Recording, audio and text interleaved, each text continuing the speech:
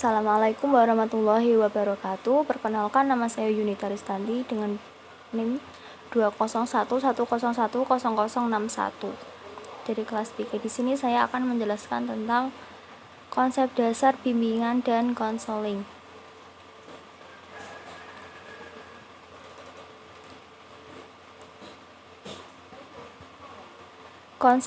Konsep bimbingan dan konseling ada 6, yaitu 1. Pengertian BK, 2. Bidang BK, 3. Sifat BK, 4. Fungsi BK, 5. Asas BK, 6. Tujuan BK. Pengertian bimbingan konseling: suatu proses bantuan psikologis yang diberikan oleh pembimbing kepada yang dibimbing agar ia dapat berkembang secara optimal.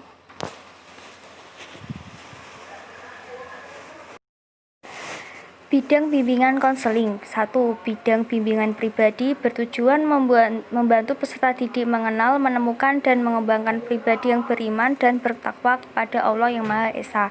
2. Bidang bimbingan sosial bertujuan membantu peserta didik memahami diri sebagai dalam kaitannya dengan lingkungan dan etika pergaulan sosial yang dilandasi budi pekerti luhur dan bertanggung jawab sosial.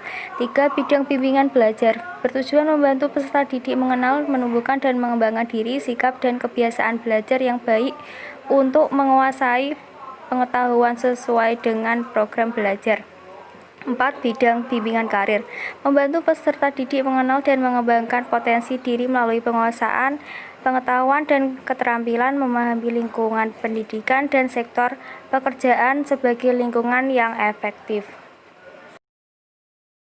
Sifat bimbingan konseling: 1. Pencegahan, yaitu sifat bimbingan dan konseling yang menghasilkan tercegahnya atau terhindarnya peserta didik dari berbagai permasalahan yang mungkin timbul yang akan dapat mengganggu, menghambat, ataupun menimbulkan kesulitan dan kerugian tertentu dalam proses perkembangannya.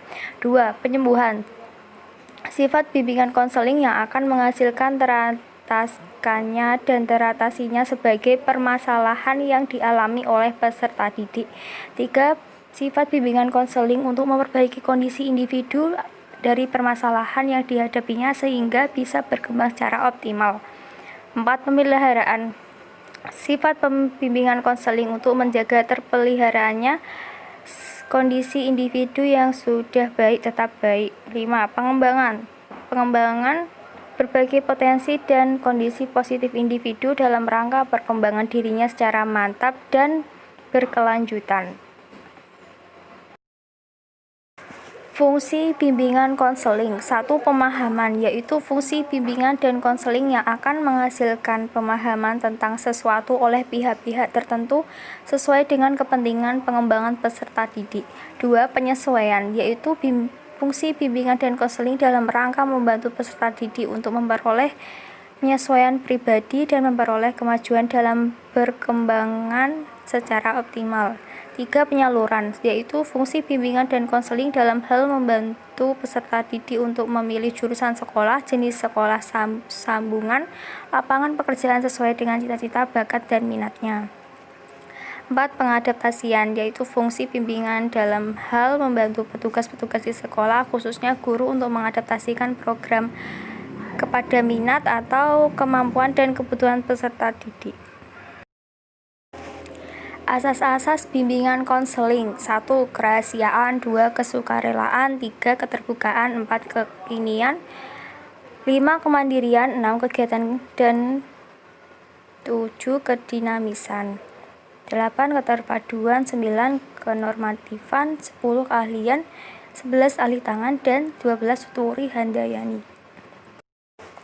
Tujuan bimbingan konseling: membantu peserta didik dalam tugas perkembangannya agar peserta didik memiliki keimanan dan ketakwaan kepada Tuhan Yang Maha Esa, sikap positif dinamis terhadap perkembangan fisik dan psikisnya, sikap mandiri secara emosional dan sosial ekonomi, pola hubungan sosial yang baik dalam keluarga, sekolah, dan masyarakat, prestasi belajar yang baik, dan dapat merencanakan dan mengembangkan karirnya.